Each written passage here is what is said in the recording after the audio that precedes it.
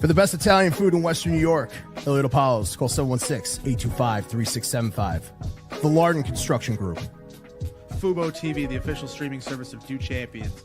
FanDuel, the official sportsbook of Due Champions. For all your summertime needs, beauty pools, as well as kayak pools. CX Chronicles, your total customer solutions focused manager. W.GG, the official energy drink of Due Champions. Hey, Sons of Erie, our artwork looks better on your walls. Hamburg Brewing, please visit our tap room on Boston State Road, Hamburg, New York. And finally, Fat Boy Surf Club for all your surfing needs.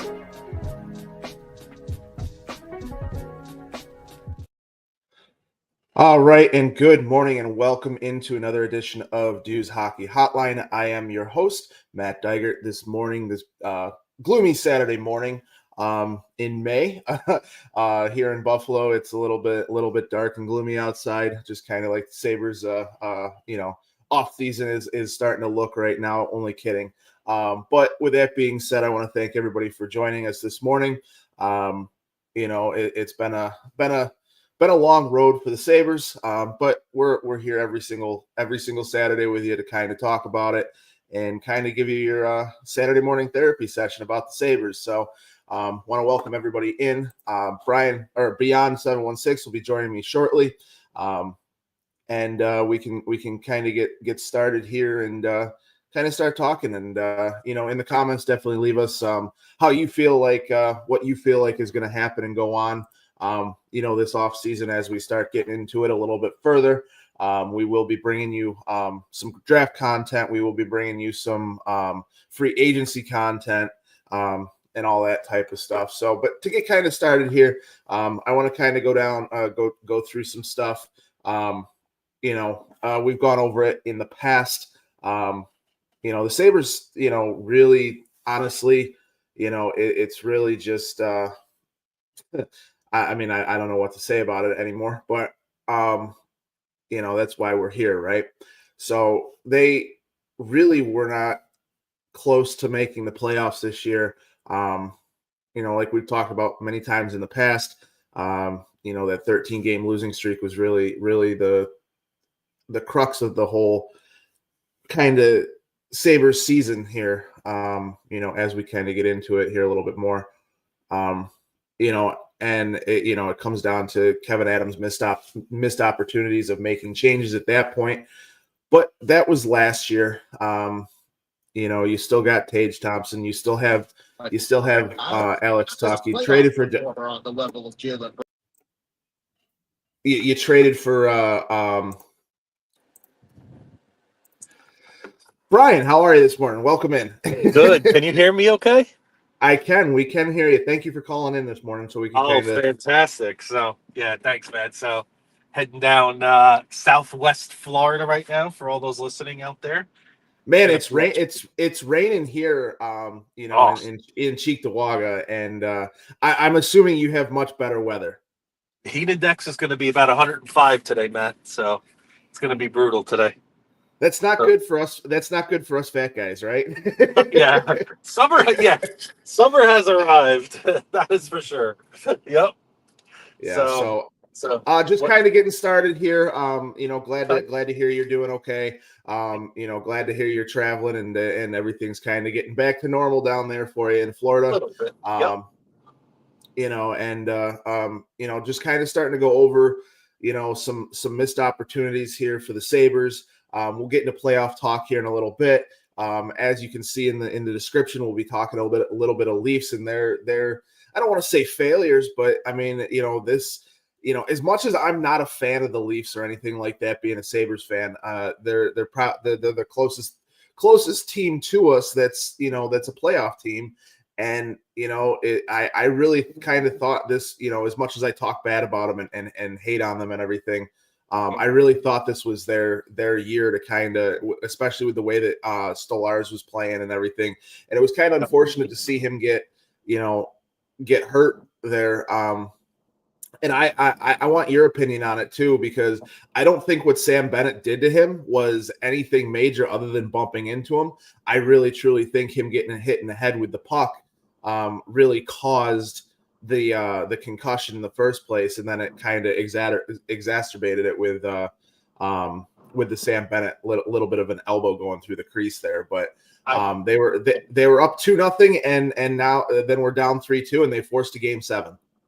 Yeah, no, I agree with you, Matt. I mean the emotions run high in the playoffs, right? Toronto is a very, very passionate fan base, as we know. They've been thirsting for a long, long, long time. I mean, they haven't won a cup since before the Sabres were introduced to the league. So I always tell a Toronto fan, we're tied at 0 as far as I'm concerned, because the Sabres weren't even in the NHL when you guys won Stanley Cup. So how can you lay claim to that over us if the Sabres weren't even a team? So that's first and foremost. But no, I agree. I think it's just the emotions of it. You know what I mean? Mhm. Florida has some guys that have reputations that they toe the line. You know, they're a very aggressive, they're a very physical team and things like that. So that comes into play. But I didn't see the game last night. I was zeroed in on the Knicks last night as a longtime Knicks fan. But Yeah, congratulations on that, by the way, as a Knicks fan. By the way, I mean, condolences, Whittle 2K. I know it's a hard morning for you, but I'm coming. Don't worry, I'm coming for you, Whittle. well, you also have to remember too, not to get too far off topic here, but you know, as soon as they lost Jason Tatum, that series unfortunately was over for them. The one thing I'll say though, I mean, the Knicks were up 9 late, and so they were going to go up 3-1. I do agree the Tatum thing did hurt the series, and it does take some of it away from me. But the Knicks would have been up 3-1 even if Tatum was playing. So I still think they could have found a way to get it done, but obviously it would have been way harder. So that's the thing that I can't sit here and say it wasn't a factor. But back to but listen, I got to give man, it pains me to say this. Got to give Toronto a lot of credit. Mm-hmm. I mean, that's a gutty win last night, and yeah. I think it starts right at the top with their head coach Craig Berube. I mean, he went through this with St. Louis. Yep. Right? He's a hard-nosed guy. He's a guy that I was kind of advocating for the Sabres to look at one point. And now Austin Matthews gets his first goal in the second round in his career last night. And we talked about the psychological thing with Toronto. I feel like if they get past this particular part of the series, Matt, it may be smoother sailing for him. I mean, for a Leaf hater, be nervous if they get past Florida, because I think they're going to beat Carolina, and I think they're in the finals. There's not another team in the Stanley Cup playoffs right now that can match up with them in talent, and especially after they fix their defense. You saw not you personally, but everybody saw that.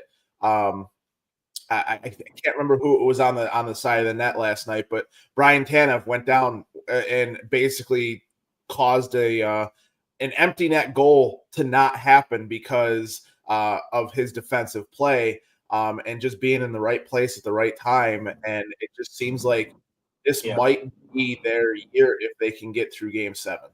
Absolutely, and for anybody, all Sabre fans out there, tomorrow that Game 7 is must-see TV tomorrow.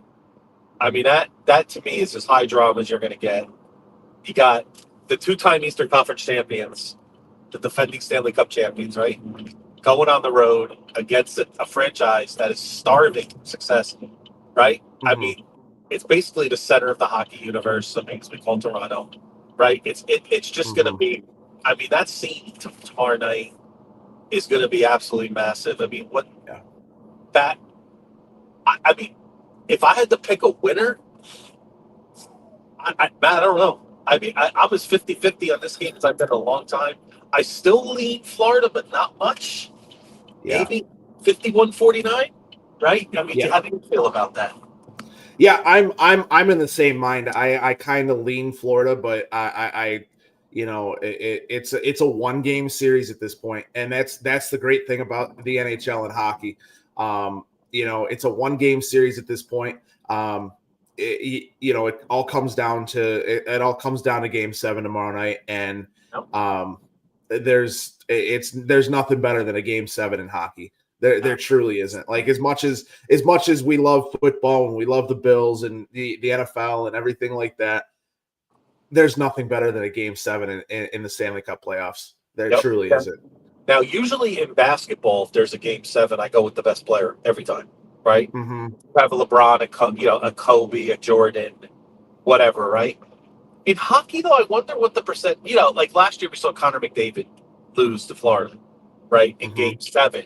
I do tend to lean to the goalie in this situation and the defense. I kind of feel like that's the team that might have the edge in these things. But I wonder if there's, I don't have any data to suggest my theory on this, but you get what I mean. In hockey, it's really more of a team thing. And a lot of times you'll see, I remember when the Devils won a Stanley Cup over Anaheim. I can't remember. It was a guy named Dowd, a Jersey kid that came through like a no name on the fourth line, right? That had the big goals. Like sometimes you get those third, fourth liners that become heroes in these situations. So, yeah, and I mean, I remember it when it was. I remember that series, and I remember the Jason Arnott goal in Game 7 against, I think it was the Stars, and a double overtime classic. Yeah, I mean, you got all these great Game 7 moments, and I expect nothing less than that to happen tomorrow night. As we probably get another great Game 7 moment. With the Leafs in Florida. It kind this series kind of reminds me a little bit of Bills Chiefs, right? Because you got probably the two best teams in the NHL playing against each other, and this should be your Stanley Cup final, but it's happening in the divisional round of the NHL playoffs. So I'm gonna say this though, Matt. I'm gonna say this. I kind of feel a little different on this. I think Edmonton Dallas winner wins the cup. That's where I'm at. But again, is it close? Yes. Is it definitive? Edmonton? I mean, Edmonton has their goalie issue, but Skinner suddenly played like Dominic Hasek. What's going on with this guy? Right? He gets 2 straight shutouts, and if they get that kind of play from Stuart Skinner, it may be lights out for the league. I mean, how amazing is that Edmonton team? I mean, truly. I mean, Draisaitl, McDavid, now Skinner. Stuart Skinner, not Jeff Skinner. We're going to see another former Sabre lift the Stanley Cup. A recent former Sabre. I'm perfectly fine with it because he didn't leave on bad terms, right? It wasn't like O'Reilly where he's like, I lost my love of hockey and then he was traded during the summer. It wasn't Eichel where it was, oh, my neck hurts and now he forced his way out on a trade. I still think the Sabres made the right move there, Matt. I do. I don't question it at all.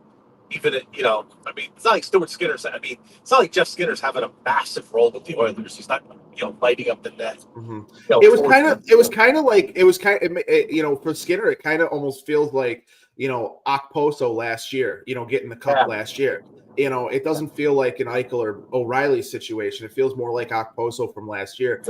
Jeff Skinner bided his time and, hadn't been in the playoffs, and this is his first time in a playoff. So I'm very, very excited to see, and they're the last team. Edmonton's the last team that can probably stop the Leafs, because I think if they go against Dallas, I don't think Dallas has a shot.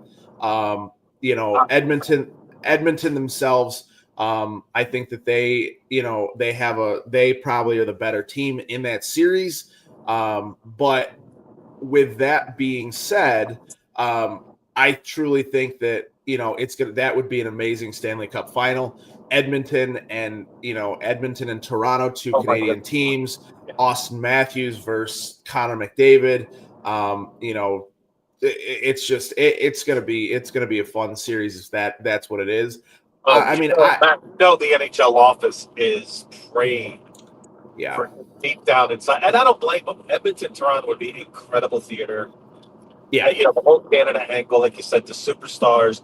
Toronto being an amazing. Listen, I hate Toronto, but I could never question their passion for hockey. They are tremendous, and I can't take that. Yeah, there are even some Toronto fans I know I'd be very happy for. That they did win the cup. They've been waiting a long, long time, and so from that point of view, the drama would be great. Yeah, but even a Florida Dallas would be a great matchup. I know it's not a sexy matchup in terms of markets, but that would be an incredible series in that sense. But I think the one team that I think a lot of America doesn't want is probably Carolina, right? So Yeah, I don't want to see Brindamore. I know he's coaching, but I don't want to see him anywhere near the Stanley Cup Finals again, ever in my entire life.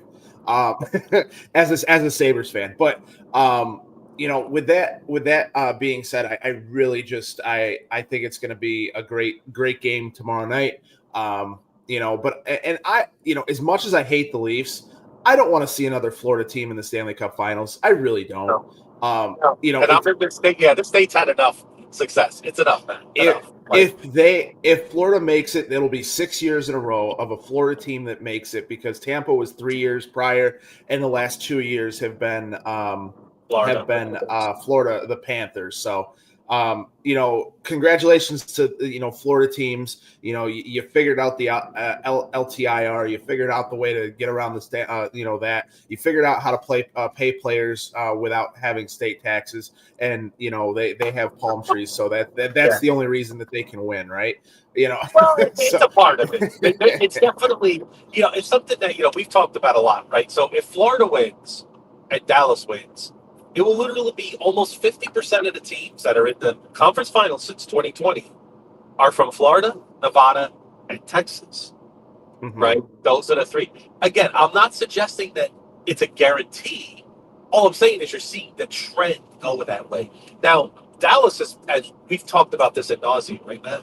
The way that they drafted has been second to none. No team can match the kind of players they plucked late first, second round. The Panthers have done a great job too, and so was Tampa. I mean, they're great organizations. I mean, I'm not going to sit here and say, okay, you wake up today like Kevin Adams gets palm trees and taxes around them. No taxes doesn't mean he's going to automatically become a superstar GM and make every great move. But it helps when you have that. It's that edge. It's that $6 to $7 million AAV extra on top of what you can pay that their Sabres can pay. That does make a difference. I mean, it can make a real difference. And but now that the cap's accelerating, it'll be interesting to see if they can keep up that advantage or not. If that should help some of the bigger market teams in New York or Chicago and those places that don't enjoy those tax advantages. So that will be interesting to kind of keep an eye on. Yeah, I mean, and we talked about it. We talked about it a couple weeks ago about when the Sabres season ended, and we talked about like them going after the big names like Stamkos and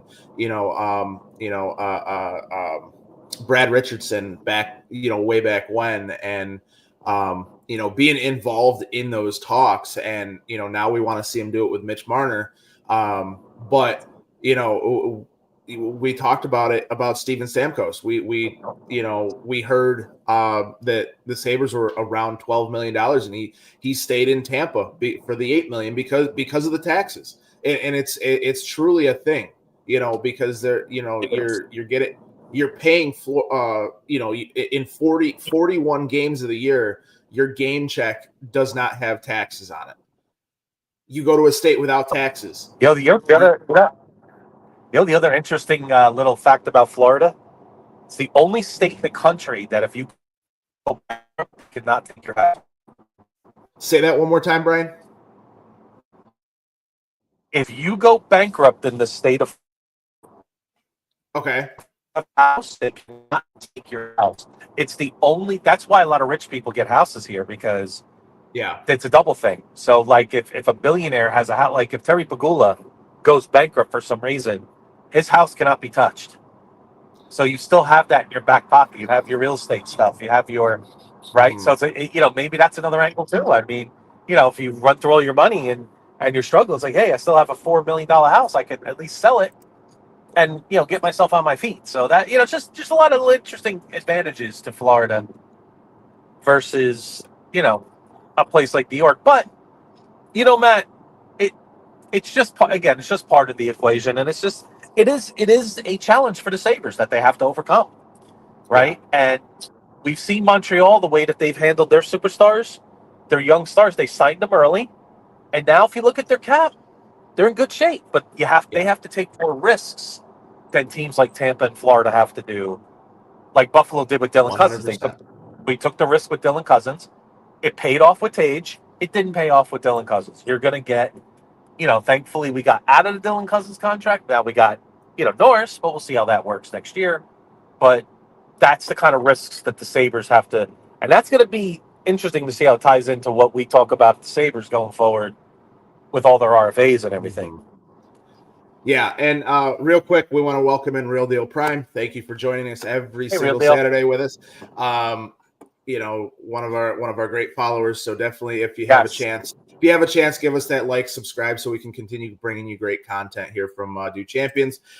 With that being said, we have some great hockey games coming up here in the next tonight and tomorrow, and potentially Monday before we get into the conference final series. And we know that Carolina's already in the Eastern Conference Finals. It could be the Maple Leafs or the Panthers, and that series ends tomorrow night. That game is tomorrow night, Game 7, tomorrow night at 7:30. And then tonight is Dallas-Winnipeg at 8 p.m. And if they need a Game 7, that'll be Monday night at 7:30. So kind of moving on from there, Brian, I want to kind of switch over to talk about the Sabres now a little bit. And so let's kind of what do you see as what were their biggest missed opportunities this year?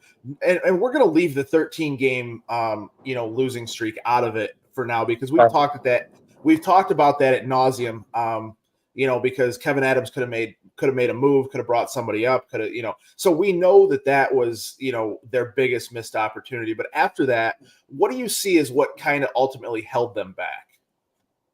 I'll get them back into the race a little bit in terms of, what are missed opportunities that we could have done to improve our chances of making the playoffs? Exactly. Okay. Well, I'll give you one example. Did you see who scored the game-winning goal for Edmonton in Game 5 against Vegas? I missed the game-winning goal. Okay, I'm just. It was Kapanen, Kasperi Kapanen. This guy was dangling on waivers during the season, and I remember, and listen, I don't agree with everything Peters and Reve say, okay, but I agreed with him on this thought: is that you got guys like that out there that are solid veterans that Adams easily could have plucked. We talked about Kaliev, right? We talked about Kasperi Kapanen. And I thought those were the moves that the Sabres needed to make, even if it meant sending Benson down for more seasoning in Rochester. I would have been okay with it. But guys like that, I'm just using Benson as an example, Matt. I'm not saying that. Well, you gotta remember, if it was Benson, he would be sitting because he's not that 20 years old yet, so he can't go down until. Oh, you're right. You're right. Okay, but I'll just say an example. Right. I just thought they had opportunities to get players like that I think could have helped this locker room and given them those 28, 29, 30-year-old guys that could have shown some of these young kids the ropes. Like, hey, I come from a winning organization, right? I do that. I think that was probably the most missed opportunity that, to me, Kevin Adams had. Signing a Patrick Laine wouldn't have done much, in my opinion, as an example. I know some, I've seen some Sabre guys out there talk a lot about that. I don't think that gets it. I don't think Laine was the make or break thing. That's more of a sell tickets type move. With Laine or you know what else, Matt? Also sends a message to the locker room that, hey, we're trying to win here, right? Mm-hmm. And we've seen it in other respects, right? Like in football, Deion Dawkins was lobbying for Myles Garrett, right? These guys pay attention. They're looking at stuff. This day in social media, I mean, if Tage Thompson wakes up and hears, "Oh, the Sabres got player X and Y, we're trying to get better," that sends a nice message to the team, right? That we're getting a little more serious about making the playoffs, and again, it gives those younger guys, the grown men in the room kind of thing, where, hey, I went through these hard times. Hey, hey, Yuri, don't worry about it. You're going through a tough stretch. When I was your age, I went through this. Those things matter. They really, really do in a hockey locker room. And I think that's where Kevin Adams, to me, missed the most this season. And it could have put some of the younger guys in better positions to just develop a little bit more and learn from those guys. Right. And I'm of the same mind as I really think what ultimately held them back is the two things kind of, and it kind of goes together. But the first one is goaltending, like we've talked about, and then the inconsistency of the Sabres. And it's not, it's not just the 13-game losing streak. It was like, they'd win one and then they lose three. They'd play an amazing game and you're like, oh, we're back. They'd win two and then, they couldn't get that third game in a row or the fourth game in a row or anything like that. They finally got it at the end of the season, but at that point it's too late and you're not going to make up 12, 13, 14 points at the end of the season like that when everybody else is playing their best hockey as well. 100%. So I think for that, I think those are my two things that are the huge missed opportunities is, but also too, like, hopefully hopefully is going to be something that they improve on is that inconsistency, especially going through the last part of the season and them figuring out how to play with Lindy Ruff and Ruff, how to coach these guys. And, specifically guys like Alex Tuck and Yuri Kulik and Tage Thompson, and on the back end with Power and Byram. And, so with that kind of going that way, what should Kevin Adams kind of focus on? What do you feel like that Kevin Adams should be focusing on this year during the not only the draft but also during free agency and the trade market? Well, the draft, I mean, you got to look, organizationally. I mean, it's going to be tough for them to move this 9th pick. Matt, I know a lot of us want the Sabres to move the pick. My thought on moving that pick is not so much of hey, I'm going to move the 9th pick for a player. I'm looking at move pick 9 with something else and something else potentially to get something that we really need, right? Like, I'm not going to be afraid to move a 9th pick for a second pair defenseman that I could put with Owen Power, who's physical, right? Who's a veteran, and maybe has term for 3 or 4 years, man. I'm okay with moving that pick for that. I'm good. Yeah. It doesn't have to be for Elias Pettersson. We're not getting Elias Pettersson for that pick in a trade unless we give up a lot more, right?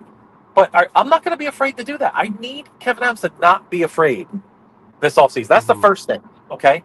We have a good core. And, Matt, I don't know about you, but I got friends that are Ranger fans and Devil fans, and they always tell me, said, I think I can't get over you guys. You guys have good players. Like, what's going on there, right? And they all say it. It's not like it's not. And these are other fans talking. It's not just us, right? So we have skill. And skill's not a problem with the Sabres in terms of getting where we need. We just need a GM to say, hey, I'm not afraid to trade Bowen Byram.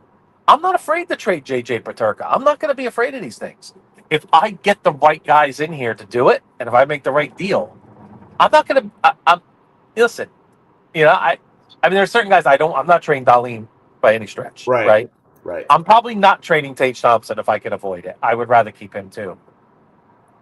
Tuck as well. I want to keep Tuck. I feel like those 3 guys. I'm rock solid on those 3 guys, right? But everybody else for me, if you give me the right package, I'm going to listen. That's where I'm at. Now, I'm not saying the Sabres should send that message to their locker room, right? That, hey, everybody should be on, high alert that you could get traded. It's just, I'm just saying how Kevin Adams should attack. I want him in attack mode. I want him saying, hey, I'm not going to be afraid to do that to make this team better. I'm okay with giving up some assets like Isaac Rosen to give me a Brendan Dillon type defenseman who's on the Devils, a rugged third, guy it's tough to play against, who's got 3 or 4 years on a contract. I'm okay with that. Go ahead. Knock yourself out. If Isaac Rosen comes good, so be it. I'm okay. We got plenty of guys like that in our system. Like, let's go. Like, let's get the guys for now. If we make, and like you said about the goaltending, and I'm starting to come around to you on this, maybe it is time to pair UPL with that 9th pick and get a better goaltender to pair, and let Devin Levi come up, let him get some games, and let's see what he's made of. I'm like, let's get Thatcher Demko. We've talked about that how many times, Matt? Yeah, I mean, and that's really where my focus is for myself with the Buffalo Sabres this year is the back end to find Owen Power's partner, and then also the goaltending, because it's inexcusable, because there was times this year where it was the offense was being consistent and giving the team a chance to win. and then they'd come right down and score, or it would be they would have like 3, 4, 5 great shifts in a row, but no goal, and they're down by 1, and then they come right down and their first shot in like 5, 6 minutes, they just score. So I'm really not happy with the way that is transpiring, and speaking of Tage Thompson, like his World Juniors that he's having right now is just amazing. I mean, it's I don't know what else to say about it, because like he's just playing lights out right now. US is looks like they are playing very, very well in that. It looks like they are 2-1-0-1. Looks like that they have 8 points right now. So we'll definitely see how that ends up for them. But like he scored another big goal against Germany the other day. This morning, technically, over wherever they're playing. So I just, as far as that goes, I'm glad that he's at the World Juniors. I'm glad that he's continuing with the playing hockey well into the spring, summer. So listen, it's any kind of wealth or experience he can gain on that, and kind of carries over into the Sabres locker room. I mean, we always joke about the solutions in the room, right? The whole Terry Pegula thing. When he came in and said that joke. Not joke, but we joke about what he said. But Tage is part of that solution to me, right? Right. Like I love Tage Thompson and Dahlin. They said we have players, we have we have pieces here with the Sabres. It's not a complete. It feels like a lost situation, Matt, because of how long we've missed the playoffs. Right? If the Sabres would have made the playoffs a couple times 5, 6 years ago, we wouldn't be feeling as dire about this team right now. I really don't believe that.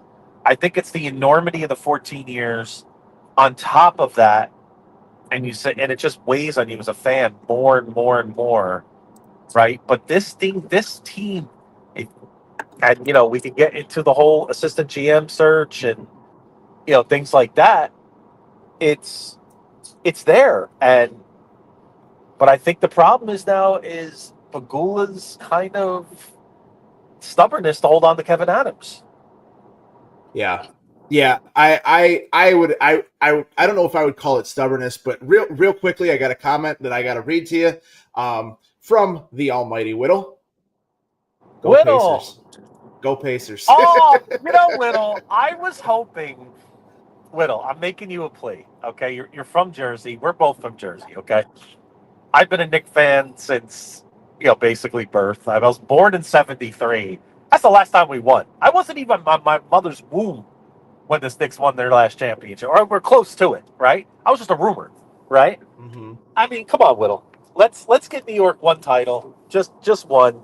It'll enhance the New York-Boston rivalry. Come on board. You can't root for Tyson Halliburton. You can't root for that team. Come on, Whittle. Join us. I'll play with him more on Wednesday or in the Spaces. But hey, I do feel bad about Jason Tatum. No, I really do. Yeah, I hate seeing those kind of things, Matt, in any sport. Yeah, we want to see the best of the best go at it. And like we said, it does take some away from me on that, but I'm not going to apologize for being excited. So I'll leave it at that. But yeah, you have every right to be excited. The Knicks, every year that they've kind of, minus the 90s, they haven't really been a good team. And in the 90s, they ran into one of the greatest teams of all time, the greatest player of all time, and Michael Jordan. Right. And I was at the Garden for several of those games, Matt. I had season tickets from 92 to 98. So I was there in the glory years of New York when, New York was basketball central, for the longest time. Like, the Knick game was the place to be, right? That was, the center. And, like we've always talked about the Sabres and, some of our young fans, that's how it was electric for the Sabres for quite a while, late 90s into the mid 2000s. It was the place to be. I mean, it wasn't Highmark Stadium, folks. It was the Sabres. That was the place to be in Buffalo. And let's hope we could get both teams back to that I mean, we're in it now with the Bills, 100%. So Yeah. I would love to see that for the Sabre fans that have been waiting, and I think we can. I really believe, like with the Knicks were so down for so long, Matt. It was a sleeping giant. So the Sabres for hockey. It's the same thing. We start coming back. If the Sabres were in the conference finals right now, city would be going crazy. I guarantee it. So Yeah. Oh, I'm certainly absolutely. hopeful of it. So we'll see how Absolutely. it transpires. Absolutely. But kind of getting back to the Sabres here. Sure. Now a little bit of news came out with the arrival of Lou Lamoriello at the airport. They said it was the to redo his Nexus. Do you actually believe that? No.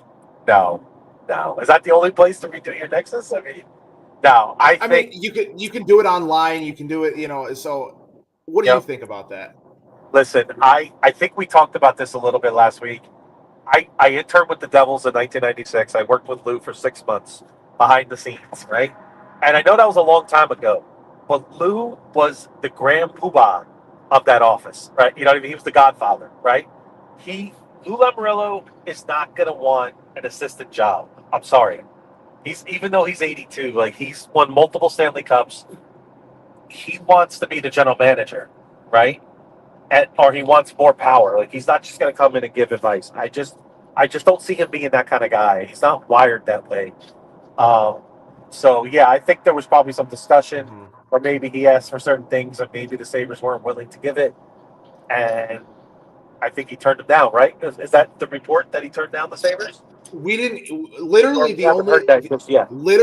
Literally the only thing that came out of that, there was two things. One was he was only there to renew his Nexus because he's 82 years old and he doesn't know how to do it online.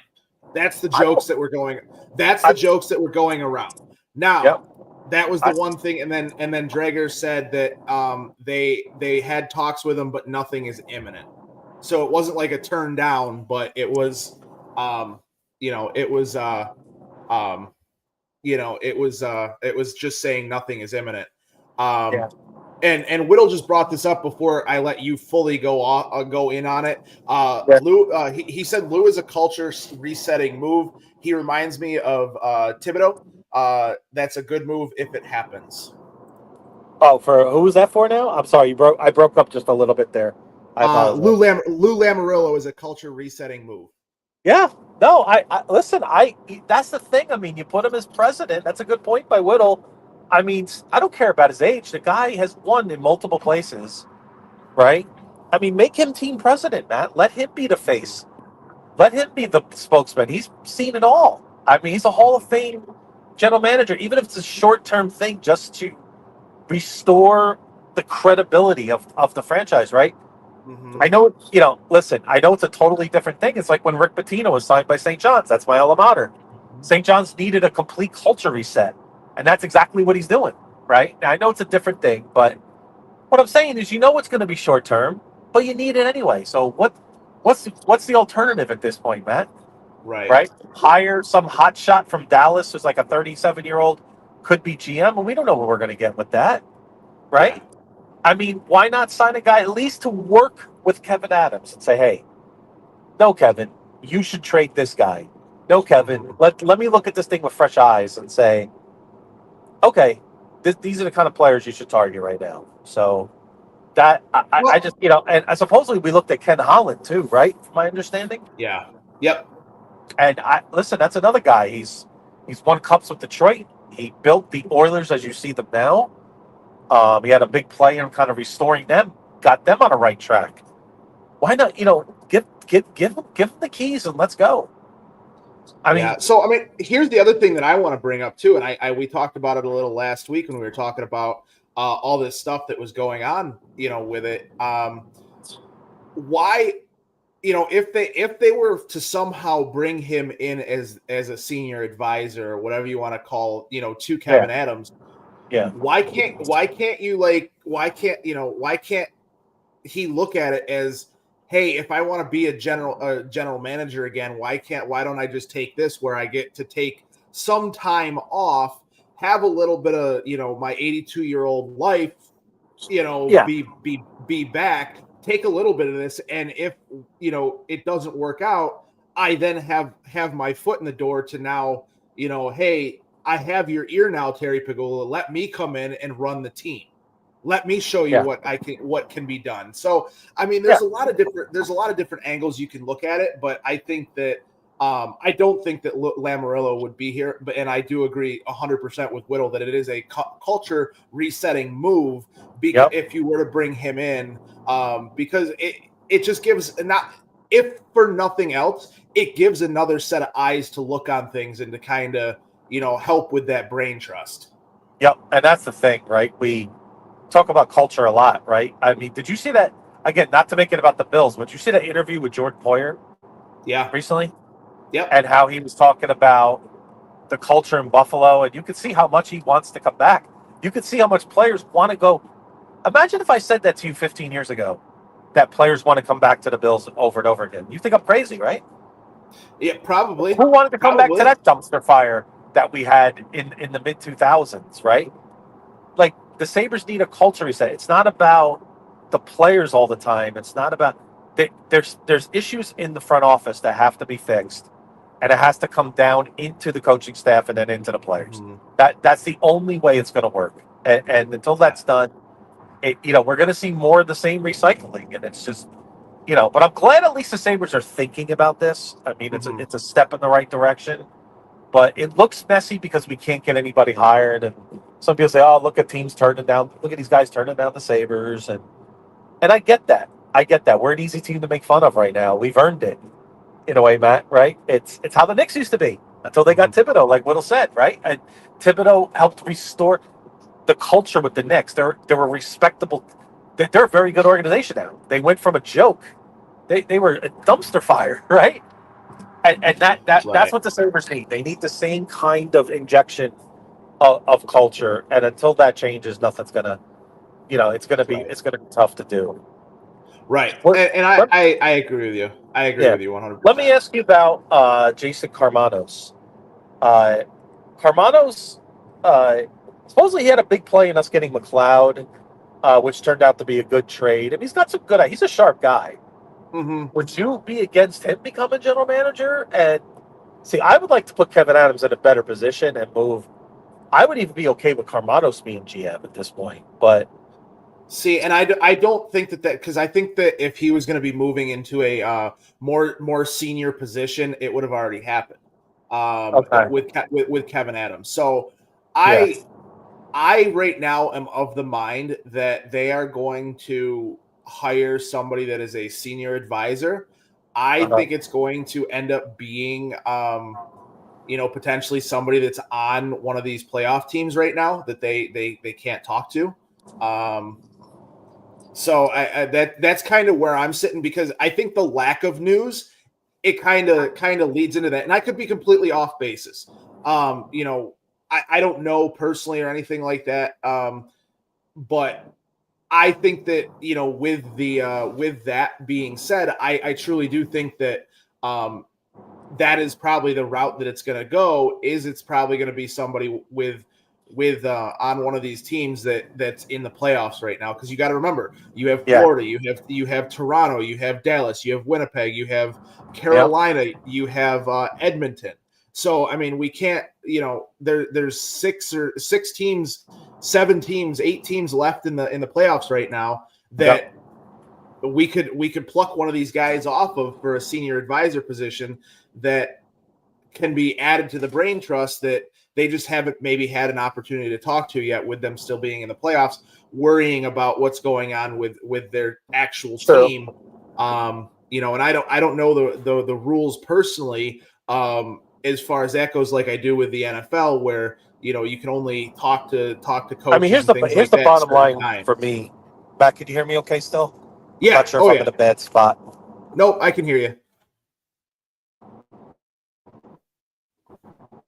Yeah, I think I lost you now, Brian. So, but yeah, when you pop back in, just let me know. Just can you hear me now? All right, so we'll continue with the discussion here in a second. Let me just throw this to some of our sponsors.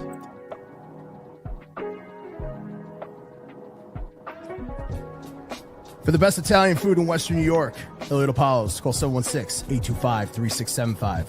The Lardon Construction Group. Fubo TV, the official streaming service of Due Champions. FanDuel, the official sportsbook of Due Champions. For all your summertime needs, beauty pools, as well as kayak pools.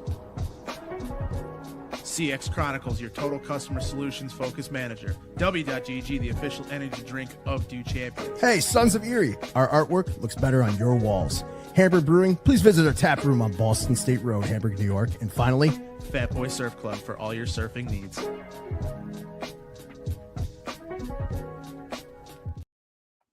All right. It seems like we've lost Brian. We'll get him back as soon as he's in a non-dead zone as he's driving. So it looks like he's back here now. Brian, can you hear us again?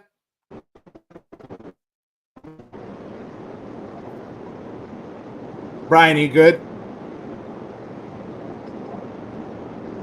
All right, so we'll touch base with Brian here in a second as soon as his internet gets figured out. But this has been a great conversation.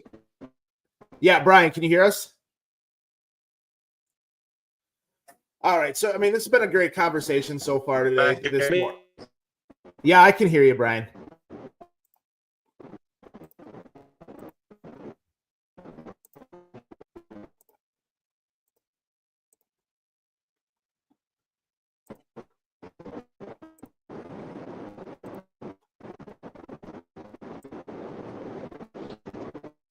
Brian, you good?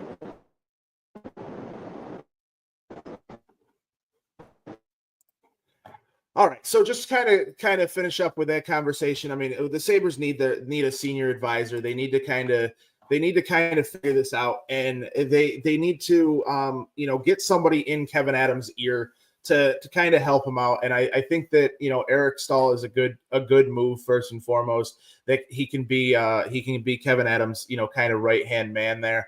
To help him out and be somebody that he can bounce things off of.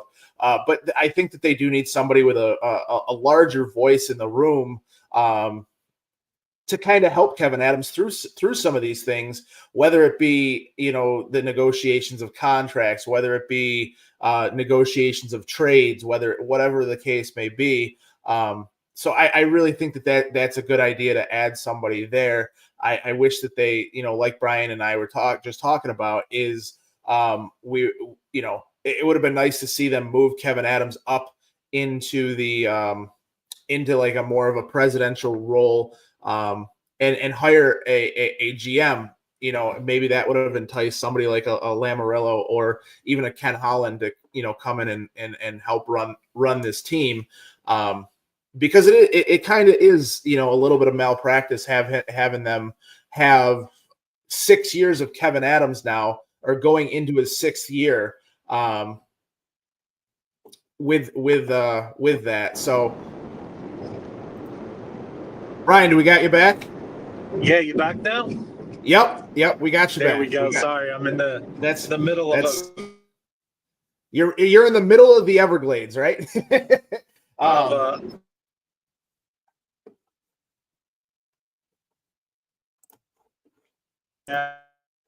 I'm down by Siesta Key. I'm going Punta Gorda. Those are the kind of places I'm at right now. Drop the ball just like the Dolphins do. But yeah, anyway. Right. Yeah. So anyway, where are we at now, Matt? I'm sorry about that. No, I was just saying that, given my thoughts on the whole senior advisor position and how I agreed with you that I really think that the Sabres really needed to, change courses and maybe move Kevin Adams up into that, president of hockey ops role type thing, or maybe give him more of a role so you can hire an actual general manager, like a Ken Holland or a Lamoriello, giving them a little bit more power than what they'd have as a senior advisor. So, I mean, that's kind of where I'm at, and I, because it truly is a little bit of malpractice on Terry Pegula's part to not make any real changes at this point. And I'm really I'm still upset that they have not made any coaching changes. Like, I'm sorry, like, you had one of the worst power plays in the NHL. You had one of the worst penalty kills in the NHL. You need to have. Yep. You had one of the worst goaltenders in the NHL. what's the simplest way to fix see if you're going to stick with UPL and you have all the faith in the world, like Kevin Adams said, whether that's talking out of both sides of his mouth. Yeah. One of the easiest ways that we've talked about is hire a better goaltender coach. Try and get somebody in here that's going to, that's gonna help him improve his game and get that consistency level up. But I mean, we can't sit here and do nothing. You cannot go back into this next season with Seth Appert being a part of your coaching staff. Like, I'm sorry, you can't. You can't. Yep. I need a guy at the top of the Sabres who could speak for just about everybody, right? I don't need to hear Terry Pegula talk about the Sabres unless we win the Stanley Cup or there's a big firing. You know what I mean? Like, he's not a great speaker, first of all. Number two, I want a team president or someone to get in there and just be that face and that has a lot of experience and that other teams and agents and organizations and players respect. That's the other thing too, and it just keeps coming back to changing that culture and just getting more, not yes men in the room, but guys that know things that are gonna challenge the status quo a little bit and say, hey, and again, Matt, I got to tell you, I still believe a Ken Holland would salivate at taking the full command of the Sabres situation right now. Mm-hmm. We got so much young talent. We have a cap that's very flexible, right? Yeah, I mean, there are players you can move.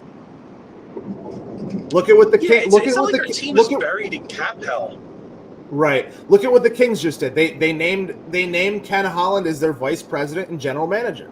Like, that should have been. Oh, they hired Ken Holland. Yes, they did. That should have been us. That should have been the Buffalo Sabres. Yep. And the Kings. Yep, the Kings fired Rob Blake. He made the playoffs a few years, and he said, that's it. They said, we're out. Like, they weren't afraid to do it. One of their, not counting Wayne Gretzky, Rob Blake's one of their greatest players to ever play in their team, behind Gretzky and Marcel Dion and things like that. He and you literally just now fired him after making the playoffs. Like, these guys, these owners in the NHL make me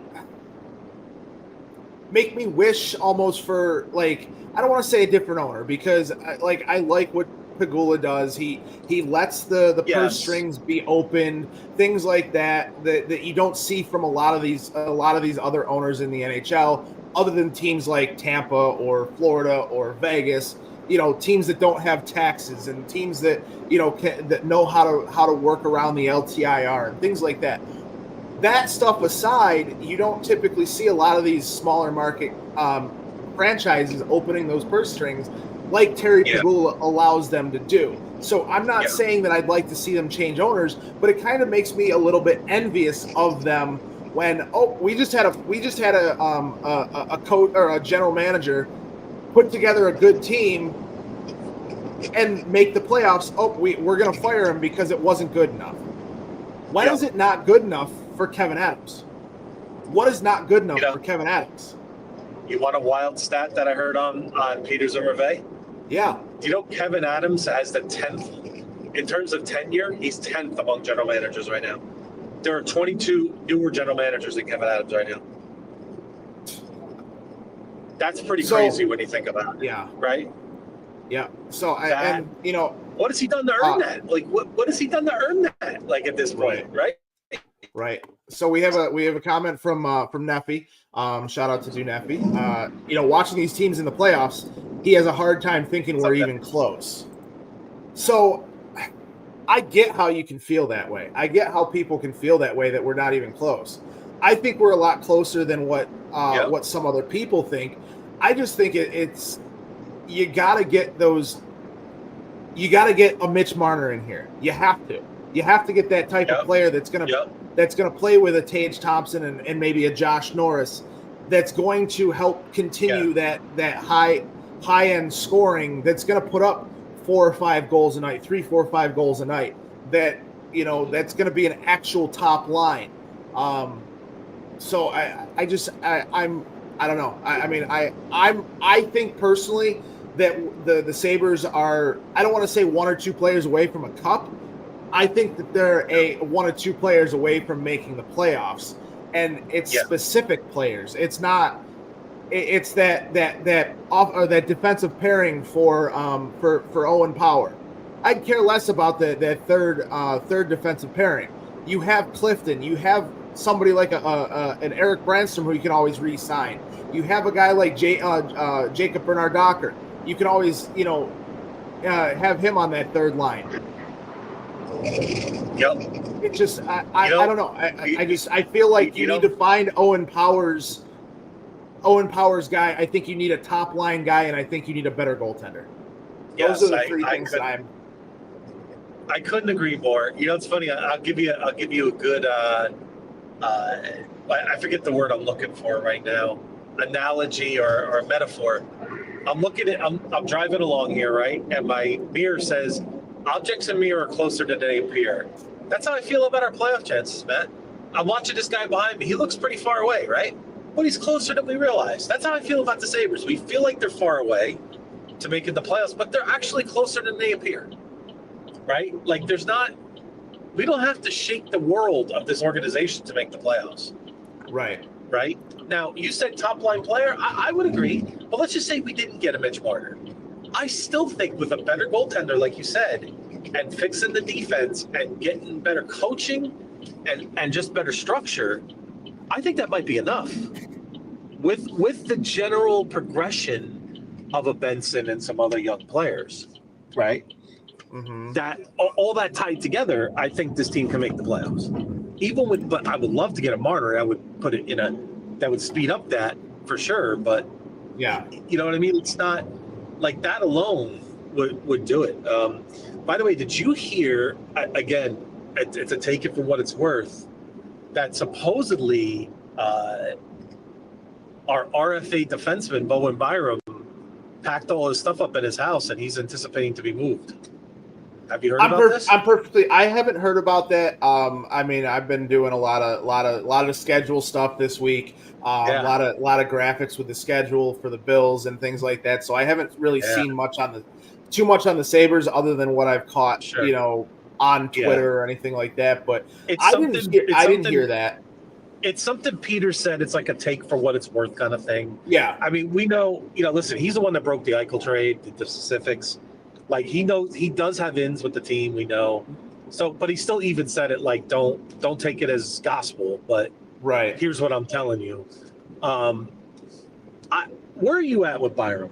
Like, would you sign? Because to sign him, it's probably going to take about $7 million or more, in my opinion. Right, to get him maybe 6.5, $7 million. It depends how many years. Are you of the mindset to do that, or are you at the point where you'd rather see him moved out to get another asset here that can help us in different ways? So I'm kind of torn on it a little bit because, Bowen Byram has only played very well with Rasmus Dahlin. Yeah. So it comes down to it. You need a partner for Rasmus Dahlin. Why can't you just leave Bowen Byram? But are you going to pay $7 million to a guy that's just playing with Rasmus Dahlin and not giving you anything anywhere else across the lineup? Because he goes with Owen Power, doesn't play very well. He goes with Connor Clifton, doesn't play very well with that.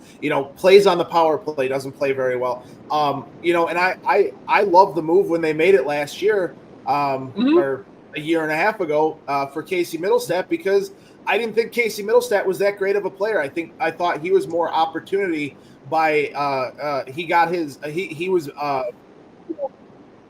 more by opportunity than anything else, because you saw he went over to Colorado and his time went down because obviously with McKinnon and everybody else on that team, he wasn't going to get the playing time that he was getting here with the Sabres.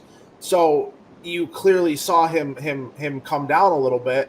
And now if he stays in Boston, I could see him, with their turnover, I could see him having a little bit more success there.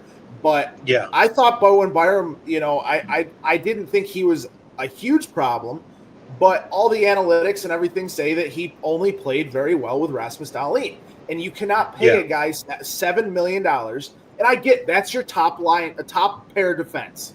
But you cannot pay two guys, one $10 million, that's $17 million and two defensemen to play the top pair.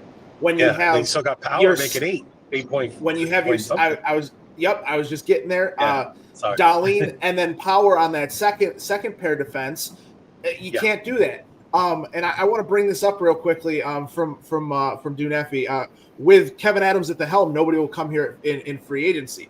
And we touched on that a little bit earlier. I somewhat agree with that, but I think that's why you're bringing in somebody who restores the credibility. Hopefully you can throw enough money at Lou Lamoriello to come in here, or somebody else that's had experience that can kind of be that guy that can be like, hey, look at the brain trust we have together. Let's figure this out here. And that's kind of where I'm kind of sitting right now. Is I'm at that wait and see point to see what happens before I make any real determinations on how I feel like next year's going to go. But and you said it best is, maybe we don't need a Mitch Marner, but my thing is I think you need to be involved in that talks. I want to hear that the Sabres. Yes. I want to hear that the Sabres are one of the last three teams he's choosing between. Mm-hmm. Yep, I agree. And Neffy has a good point about, do free agents really want to come to Buffalo because of Kevin Adams? That's why I wanted some experience here to explore the trade options, because we have the assets, picks, cap flexibility to really make that happen with the right general manager at the helm. I need somebody to sit down. I need somebody to sit down. I need somebody to sit down with Kevin Adams and tell him to look in the mirror and look at himself. And he's only got 1 year left. Like, you gotta stop. He's got to be desperate at this point. You gotta have urgency. You gotta have the urgency. You gotta make. You can't take a night, like, whether you move it or not. You can't sit there with the 9th overall pick and not want to trade it to bring somebody else in if you have a good deal on the table, because it's a draft pick. You're not going to see that draft pick when they're anything more than what Benson is, or now Kulik is. You're talking 3 years later. Yep. Now, just to circle back to Byram, I would move him 100%, and I'll tell you why. Absolutely. Remember in our heyday when we had Hendrik Tallinder and we had Teppo Nuneman playing on the top line? Yep. He's Rasmus effing Dahlin, folks. Okay, and let's put our chest out a little bit about that. Rasmus Dahlin is at the Cale Makar level, folks. I know people may not think so, but he is. You put Dahlin on with Nathan McKinnon and the guys that they had in the power play, Rasmus Dahlin's going to put up 90 points or more. I'm telling you right now, he's going to. Right, and he plays with edge. He is an elite defenseman. Why can't we pair one of the Rochester kids with him? He's Rasmus Dahlin. He's going to make him so much better, right? Like, you could find an $800,000 option. You could put JBD with him, like you've talked about, right? You could do that. We don't need to put a $7 million defenseman. Move him, right? Get what you need somewhere else in this team. Maybe that's the goaltender move. There've been rumors that Quinn Hughes may be out in Vancouver, right? What if that happens and somehow we move Bowen Byram to Vancouver in a trade to get Thatcher Demko and more in some kind of package? Now all of a sudden you look at our roster, you're like, hey, okay, you could buy out Matthias Samuelsson. That's an easy one to me. He's only going to count $760,000 against the cap for 10 years, man. That's it. Yeah. So you get almost $4 million in cap relief. I could deal with $760K on the books for 10 years. Mm-hmm. That's like an AHL player. That's nothing. That's like a nothing burger to me. And if you can clear him out and let JBD go there, I'm good with that. Can he be any worse than Matthias Samuelsson's been? No. Not even. He'd probably be better. So that's what I mean. Like, that's the kind of stuff I want him to be bold about, saying, okay, right? Like, you see those T-shirts, F them picks? Right? Yeah. That's how I feel about the F Sabres right now. picks. Yep.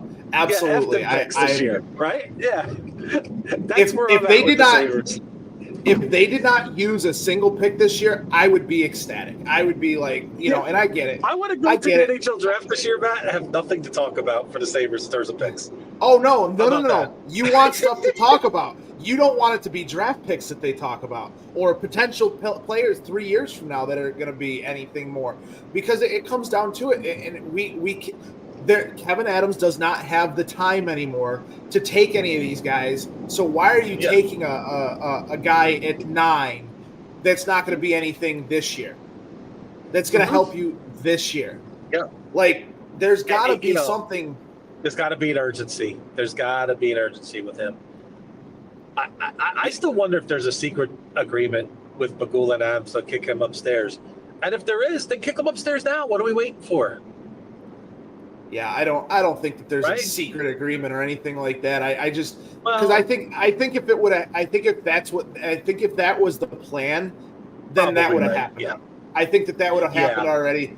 I think Kevin Adams would have moved up, and then I think he would have hired probably Kramanos as his GM. And so everything Unless rolls downhill. downhill. Maybe Eric Stahl's being groomed to be general manager. Who knows? I mean, I'm all speculating. This is all speculation at this point, folks. So it's not, nothing. It's all doom and gloom, right? No, you know what? No, I'm going to turn the page. The Knicks are in the conference finals. Everything has changed. It's the impossible happened. Okay, so so anything is possible. Is that the impossible is possible? With Kevin Garnett from the Whittle Celtics. Anything is possible. Remember, he yelled after he won that. That's really what it is. I mean, it can happen, folks. Tell Sabre fans, it's frustrating. We all know. We're frustrated as fans. We want to be where Toronto is now. We want to be where Dallas is. We want an organization we can be proud of, right? Right. As fans, right? As a Bills fan, I'm very proud of this organization. By the way, you know what I mean? Yeah. Neffy just asked. See the board. Neffy just asked you a question. He What's said, "Are the Knicks losing in 4 or 5?" Was he a Pacer fan? What is going on around here? I have no idea. I think he's just I'll just say this though. Honestly, it's a coin flip. It's going to be a very, very tough series. I'll just say that. Yeah. But as far as like the Bills, I lived through the Super Bowl years, Matt. You and I both did. I was I was a teenager. I'm way more proud of this iteration of the Bills than I am the Super Bowl years. These guys are great. They're so easy to root for. Brandon Beane's amazing. Sean McDermott's awesome. Josh Allen's incredible. Deion Dawkins is amazing. That team is so much fun to root for. That's what we want with the Sabres. Right? And they have some guys like that. They're there, but we just don't see it because they've been so bad. That's right. And that's what I want. I want a president or GM that I could be excited about. I want players in here that, again, Kevin Adams has the right idea, that want to be here, that feel that pride of putting on that Sabre jersey, that want to play for the community, right? Well, we always talk about it when you're we always talk about it when you're looking at something like when the Bills were bad, but everybody's like, oh, we're optimistic, whatever, oh, look at who they brought in, we're looking through it through rose-colored glasses. It's kind of the same thing with the Sabres a little bit with how bad they've been. Is we're looking through it with the 14-year playoff drought. We can't look at it that way right now. We have to look at 25-26 as 25-26. And to do that, and I'm going to leave with these final thoughts, and then I'll get your final thoughts.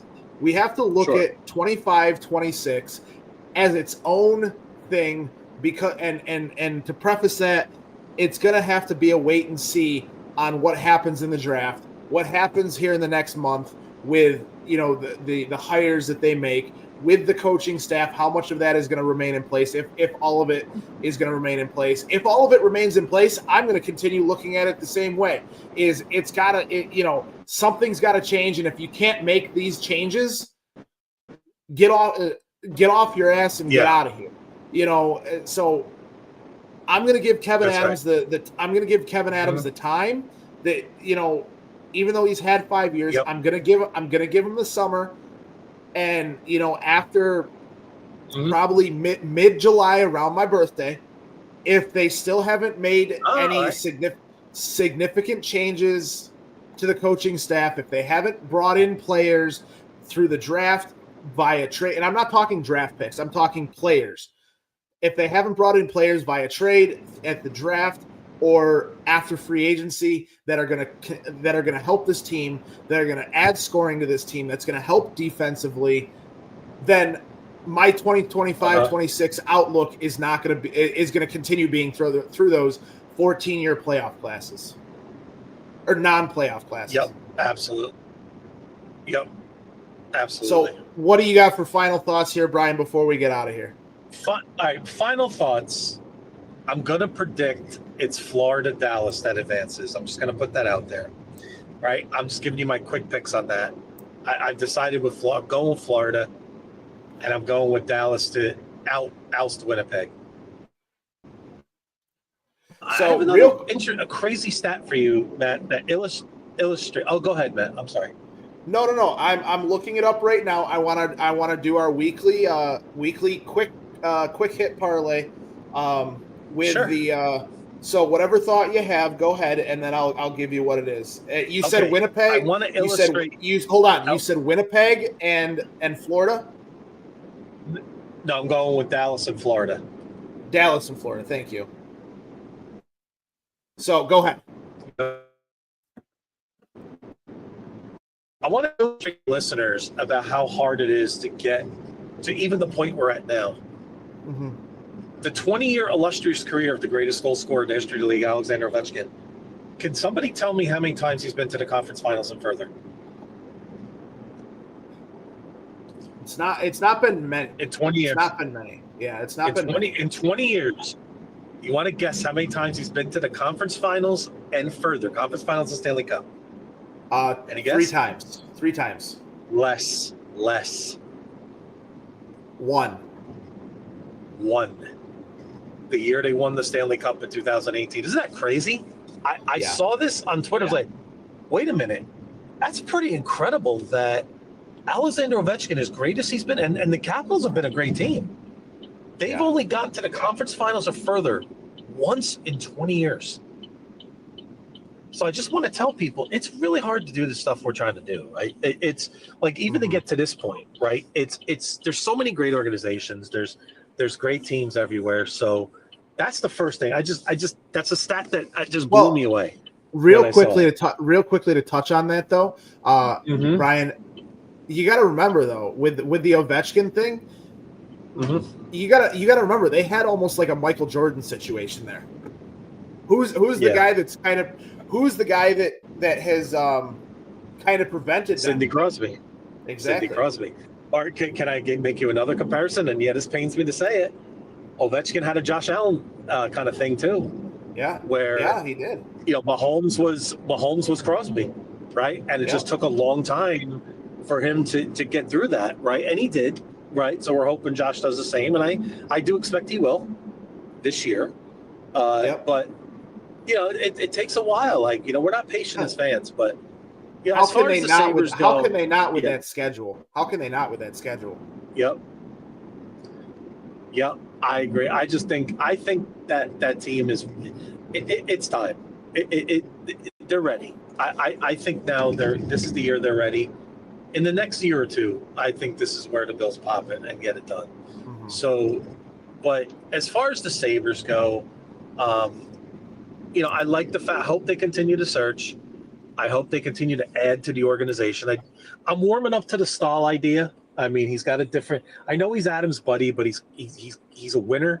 He's been a captain. He understands what it takes. Maybe he'll help look for those kind of players that we need, that we talked about, right? Guys that can help the younger guys along. And Eric Stahl may understand that. Maybe Kev and say, hey, Kev, you got some good young players here, but hey, we need player X or Y. Right. Like, let's say they brought in his brother, Jordan Stahl. Call me crazy. I would love that guy on the Sabres right now. Mm-hmm. I would love it. Guy's got tons of experience. He's won so many games. They need guys like that. And maybe he'll interject that and help that along. So we'll see how that goes. I mean, hang in there. Matt, we're only a month and a half away from the draft, as crazy as that is. Right. So start a little bit into that as we get closer. It's not as rich and quote sexy because we're picking 9 this year in a draft that's not super deep in terms of high end talent. But listen, there have been plenty of great players that have been picked in those positions. So yeah, the only way I want to see as we get closer. The only way I want to see the Sabres make a draft pick this year is if they trade in the first round, is if they trade up to get one of those top 3-4 players. So if not, trade the pick for a player that's going to be something that's going to help them now. And with that being said, our Due Hockey Hotline parlay that we're going to put out here that we do every single Saturday, and we are actually 2 of 3 on these, is the Dallas Stars winning tonight, or either tonight or Monday to close out the series, and then Florida to close out the series tomorrow night in that Game 7 tomorrow night. It is a plus 186, so $100 wins you $186. So if you want a little bit more reason to watch some hockey, there's a good way to kind of put your money on that there with those. And that would lead to an Edmonton, Dallas, and Florida, Carolina, Eastern Conference and Western Conference finals. But with that being said, Brian, I really want to thank everybody that's been in here today. I want to thank everybody that's commented. I want to implore you to join us next Saturday, as these conference finals get underway, with no matter who is on them. And Brian, it's good to be seen, Matt. Go Sabres. Enjoy the weekend, everyone, and great. Thank you to everyone in the group chat. It was fantastic. Thank you.